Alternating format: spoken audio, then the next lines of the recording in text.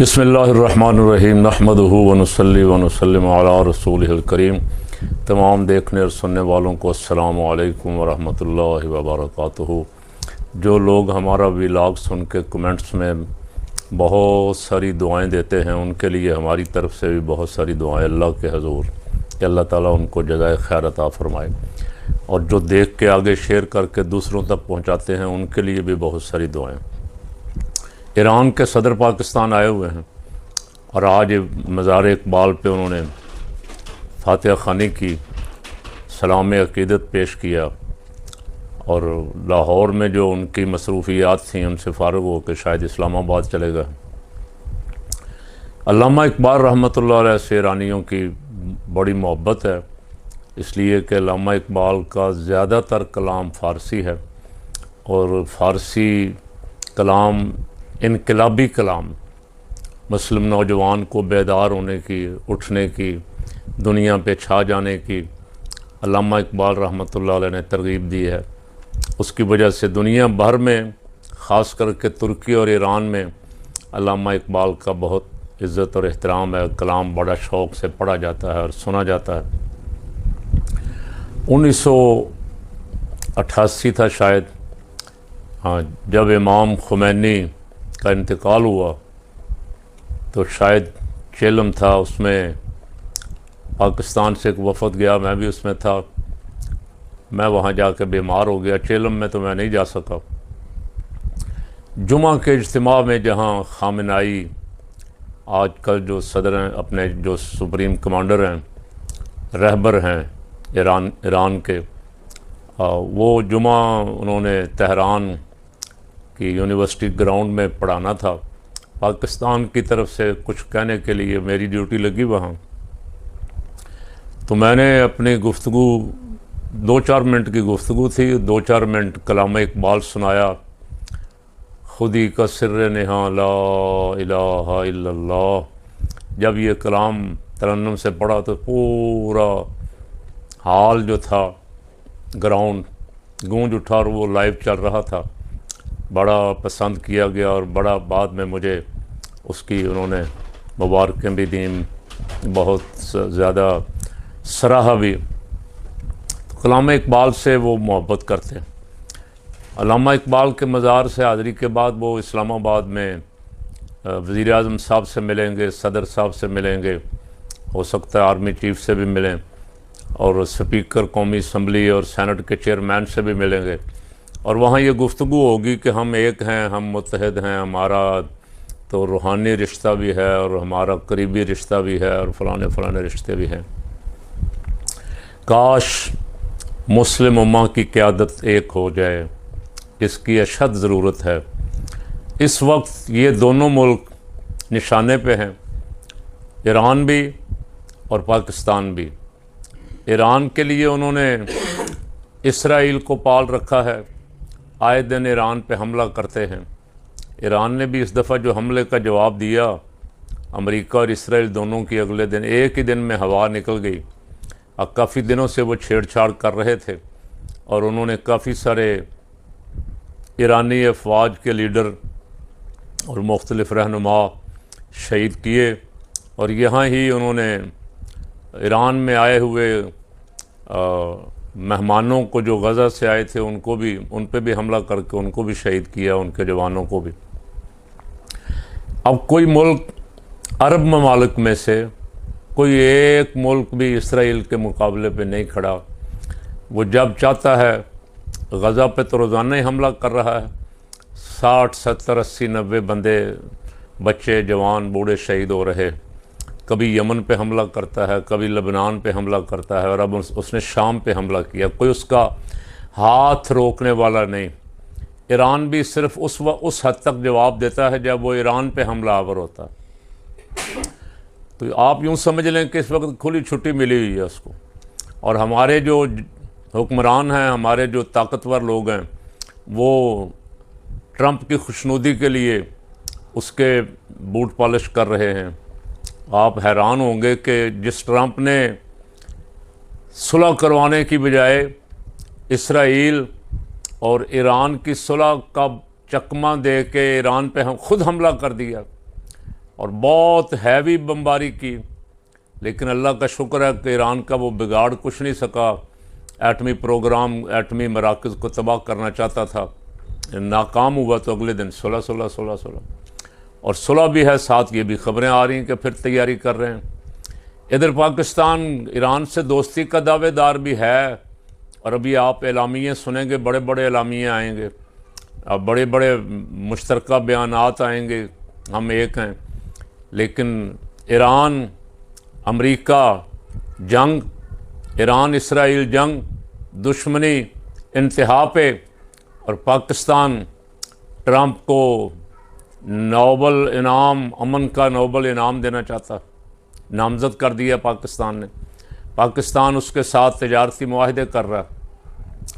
پاکستان اب سعودی عرب، قطر، یو اے ای اور ایران کا تیل چھوڑ کے، ایران سے تیل تو پہلے بھی پاکستان میں بلیک ہو کے ہی آتا ہے، سمگل ہو کے آتا ہے، ویسے اجازت ہمیں نہیں ہے کہ ہم اپنی مرضی سے تیل بھی خرید سکیں، اپنی مرضی سے گیس خرید سکیں۔ پائپ لائن معاہدہ کتنے سالوں سے ہمارا زرداری دور سے ہوا پڑا، لیکن اس پہ عمل درآمد نہیں ہونے دیا جا رہا۔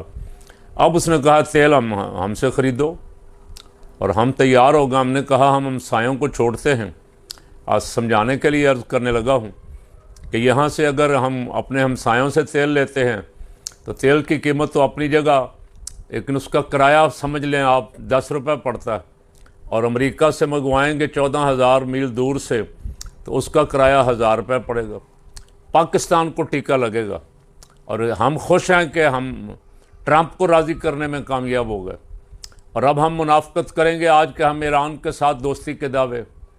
اور بابا یہ جملہ کاش آپ نے سنا ہوتا، آپ دعوے دار تو ہیں، آپ بڑے بڑے لوگ ہیں، پڑھے لکھے لوگ ہیں، بہت اونچے ذہن کے لوگ ہیں، کاش آپ نے یہ جملہ سنا ہوتا کہ دوست کا دشمن بھی دشمن ہوتا ہے، دوست کا دشمن بھی ہمارا دشمن ہے، اور دوست کا دوست بھی ہمارا دوست ہے۔ اگر ایران ہمارا دوست ہے تو ایران کے دشمنوں سے تو ہم تو اسرائیل کی تسلیم کرنے کی باتیں بھی کر چکے ہیں، ہم تو ابراہیم اکارڈ کی باتیں کر رہے ہیں، ہم تو فضا ہموار کر رہے ہیں کہ مسلم امہ اسرائیل کو تسلیم کر لے، اور ہماری طرف سے ابھی یہ مطالبہ بھی کو نہیں آیا کہ ہماری شرط یہ ہے کہ فلسطین کو تسلیم کرو، فلسطین کو آزاد ریاست، کوئی مطالبہ نہیں، ہم ویسے تیار ہیں، ہم بغیر کسی تنخواہ کے تیار ہیں، بس آپ ہم پہ راضی ہو جائیں، ہم جو کر رہے ہیں آپ ہمیں کو روکیں ٹوکیں نہ۔ تو فقیر کی گزارش یہ ہے دونوں ملکوں سے کہ دونوں مسلمان ہیں، اور جتنے باقی بھی مسلمان ملک ہیں، جب تک آپ سچے دل سے ایک نہیں ہوں گے، متحد نہیں ہوں گے، اور اپنے اندر اسلامی غیرت کو بیدار نہیں کریں گے، اس وقت تک یہی حال ہوتا رہے گا جو ہو رہا ہے۔ جس کا جی چاہے گا منہ اٹھا کے ہمارے اوپر حملہ کرے گا۔ جب ہماری غیرت بیدار ہو گئی اور ہم ان ھذہ امتکم امۃ واحدہ کی تصویر بن گئے، تو پھر اسرائیل تو کجا بڑوں کو بھی جرت نہیں ہوگی کہ پاکستان یا ایران یا فلسطین یا کسی مسلمان ملک کی طرف رخ کریں۔ مسئلہ سارا قیادت کا ہے، جو قیادت ملکوں میں بیٹھی ہوئی ہے بزدل ہے، اور صرف ان کی خواہش یہ ہے کہ ہمارے اثاثے بڑھیں، ہمارے بینک بیلنس بڑھیں، ہمارے خاندانی موروثی سیاست اقتدار ہمارا سدا بہار رہے۔ تو میں سب سے کہتا ہوں سدا بہار یہاں اقتدار صرف میرے پروردگار کا ہے، اس کے سوا سدا بادشاہ کوئی نہیں۔ یہاں بڑے بڑے آئے، کوئی 400 سال، کوئی 1000 سال، کوئی 1200 سال بھی رہا، لیکن بالآخر انہیں بھی غرق ہوتے، غوطے کھاتے ہوئے یا مچھر سے مار کھاتے ہوئے دیکھا گیا۔ ان کا انجام قرآن نے بیان کیا اور فرمایا اس سے عبرت حاصل کرو۔ کاش قرآن پڑھنے والے، قرآن پہ ایمان رکھنے والے، قرآن کو ماننے والے، اپنے آپ کو مسلمان کہنے والے قرآن پاک کے ان واقعات کو پڑھ کے اس سے سبق سیکھیں کہ یہ اقتدار ہمیشہ نہیں رہے گا، یہ اقتدار امتحان ہے چند روزہ، اس کے بعد پھر جواب دہی ہے، پھر جواب طلبی ہوگی، اور جواب طلبی بھی ایسی ہوگی جہاں کوئی ڈیل ویل نہیں ہے، جہاں کوئی سفارش نہیں ہے، وَاتَّقُوا يَوْمًا لَا تَجْزِي نَفْسٌ عَن نَفْسٍ شَيْئًا وَلَا يُقْبَلُ مِنْهَا شَفَاعَةٌ وَلَا يُؤْخَذُ مِنْهَا وَلَا هُمْ يُنصَرُونَ۔ جہاں کچھ نہیں چلے گا وہاں ایک مسئلہ تو یہ ہے۔ اس پہ فقیر کی گزارش یہ ہے، خدا کے لیے جو اعلامیے تمہارے آئیں گے کل ملاقاتوں کے بعد، مشترکہ بیانات، وہ دل سے کرو، اوپر اوپر سے دکھاوے کے نہیں۔ تم دونوں مختلف سمتوں میں جا رہے ہو، ایک ہو جاؤ، اور ایک ہو کے جب ایک ہو جاؤ گے تو پھر دیکھنا تمہاری پاور کتنی بڑھ جاتی۔ دوسرا مسئلہ، عمران خان کے بیٹوں کا انٹرویو پوری دنیا میں اس وقت وائرل ہے۔ انہوں نے جو نیا انٹرویو دیا ہے، ایک انٹرویو پہلے دیا تھا، ایک نیا انٹرویو دیا ہے، 2 روز ہو گئے۔ اس میں انہوں نے سیدھا سیدھا 2 ٹوک کہا کہ ہمارے باپ کی جان کو خطرہ ہے، ہمارے والد کو مارنے کی کوشش ہو رہی ہے، اس کی تمام تر سہولتیں، جیل کی جتنی سہولتیں عام قیدی کو ہیں وہ ہمارے والد کو حاصل نہیں ہیں، حالانکہ وہ سابق وزیر اعظم ہے اور اس قوم کا نامی گرامی ہیرو ہے، جسے قوم پیار کرتی تھی۔ اسے ایسی جگہ بند کیا گیا ہے جہاں کئی 22 گھنٹے اسے روشنی دیکھنے نصیب نہیں ہوتی، جہاں اسے ورزش کی اجازت نہیں ہے، جہاں وہ مرضی سے جیل کی مسجد میں قیدیوں کے ساتھ نماز نہیں پڑھ سکتا، عید کی نماز نہیں پڑھ سکتا، جمعہ کی نماز نہیں پڑھ سکتا، حتیٰ کہ وضو کے لیے گندا پانی دیا جا رہا ہے۔ یہ انٹرویو ان کا وائرل ہوا وہاں بھی، اور یہاں انہوں نے خبر اڑائی ہوئی تھی کہ عمران کے بیٹوں کا پاکستان آنے کا پروگرام جو ہے وہ تبدیل ہو گیا، وہ نہیں آئیں گے۔ تو انہوں نے پاکستان ہائی کمیشن میں ویزے کے لیے اپلائی کر دیا، اس سے یہاں سارے ایوانوں میں ہلچل مچی ہوئی ہے، اور 24 گھنٹے کے اندر اقتدار کے ایوانوں میں لرزہ طاری ہے، اور سمجھ لیں کہ وہ تکبر اور غرور سارے کا سارا ایک قیدی نمبر 804 کے سامنے لیٹ گیا ہے۔ آج کی خبریں یہ ہیں کہ اڈیالہ کی صورتحال یکسر تبدیل ہو گئی، خان صاحب کا اخبار بھی جاری کر دیا گیا، اخبار بھی بند کیا ہوا تھا، اخبار نہیں دے رہے تھے، اخبار بھی جاری کر دیا گیا ہے، خان صاحب کا ٹی وی کی تار بھی چلا دی گئی ہے، اور خان صاحب کو کچھ تھوڑا بہت جو سہولتیں ان کی بنتی تھیں، جن پہ کئی مہینوں سے ان کو اذیت دی جا رہی تھی، جن کی وجہ سے کتابیں ان کی نہیں دی جا رہی تھی، کتابیں بھی ان کو دے دی گئی ہیں، تو جس سے ہوا بتا رہی ہے کہ کوئی حالات تبدیل ہو رہے ہیں، ہوا تبدیل ہو رہی۔ ویسے اقتدار کے ایوانوں میں کافی دنوں سے گڑبڑ کی خبریں تو چل ہی رہی ہیں۔ میاں صاحب اپنی بیٹی کو لے کے کبھی سعودی کے سفیر سے ملاقات کر رہے ہیں، کبھی امارات کے سفیر سے خفیہ ملاقاتیں کر رہے ہیں، کوشش کر رہے ہیں۔ میاں صاحب کو پتہ لگ گیا چھٹی ہونے والی، تو میاں صاحب بھی آرام سے بیٹھنے والے تو نہیں ہیں۔ میاں صاحب کو جب چھٹی کی خبر ملتی ہے تو میاں صاحب کو یاد آتا ہے، ووٹ کو عزت دو، مجھے کیوں نکالا۔ تو اب بھی واقفان حال کہتے ہیں کہ میاں صاحب جب کبھی اکیلے بیٹھے ہوتے ہیں تو وہ اکیلے بیٹھے بیٹھے بھی کہتے رہتے ہیں مجھے کیوں نکالا، مجھے کیوں نکالا، اور کبھی کبھی یہ بھی کہہ دیتے ہیں کہ مجھے کیوں بلایا۔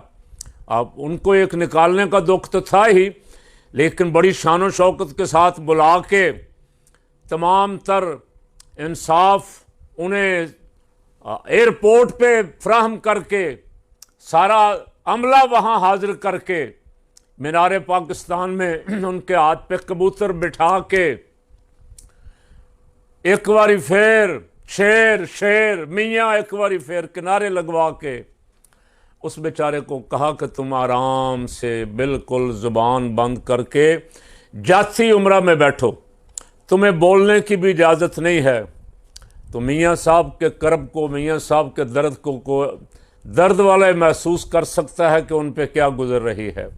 میاں صاحب آج کل بہت پریشان ہیں، کوشش کر رہے ہیں، میاں صاحب کو پتہ ہے کہ کچھ دنوں میں کچھ ہونے والا ہے۔ میاں صاحب چاہتے ہیں کہ اس سے پہلے اگر ہم کچھ کر سکتے ہیں تو ہم کر دیں، جو میاں صاحب کا طریقہ کار رہا ہے۔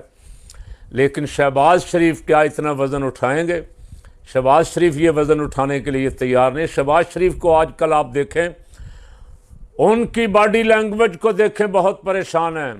وزیر اعظم صاحب جو کہتے ہیں میں ملک کو اڑا رہا ہوں اور آسمان کی طرف ترقیوں پہ بلندیوں پہ لے جا رہا ہوں، وہ وزیر اعظم صاحب کا آج کل آپ ان کے چہرے کے تاثرات دیکھیں، بہت پریشان نظر آتے۔ میاں صاحب کا چہرہ بتاتا ہے، کبھی زرداری سے ملاقات کرتے ہوئے بھی آپ دیکھ لیں کسی کو، چہرے بتا رہے ہیں کہ کچھ ہونے والا ہے، کو ہلچل مچی ہوئی ہے اندر کھاتے۔ کبھی کبھی اس سے پیر صاحب آف پگاڑا مرحوم، ان سے ہماری بھی یاد اللہ تھی، مولانا شاہ نورانی رحمۃ اللہ علیہ کے ساتھ ان کی بڑی دوستی تھی۔ کبھی کبھی وہ کہا کرتے تھے بلی چوہے کا کھیل ہے ہو رہا ہے، دونوں انتظار میں ہیں کون پہلے وار کرتا ہے، کون پہلے کھیل کھیلتا ہے۔ تو بڑی تیزی کے ساتھ ہو رہا ہے۔ 5 اگست تو نقطۂ آغاز ہے ان کی تحریک کا، اس سے پہلے لگتا ہے بڑے بڑے فیصلے ہونے جا رہے ہیں۔ اللہ اس ملک کے حال پہ رحم فرمائے اور اس ملک کے لیے بہتری فرمائے۔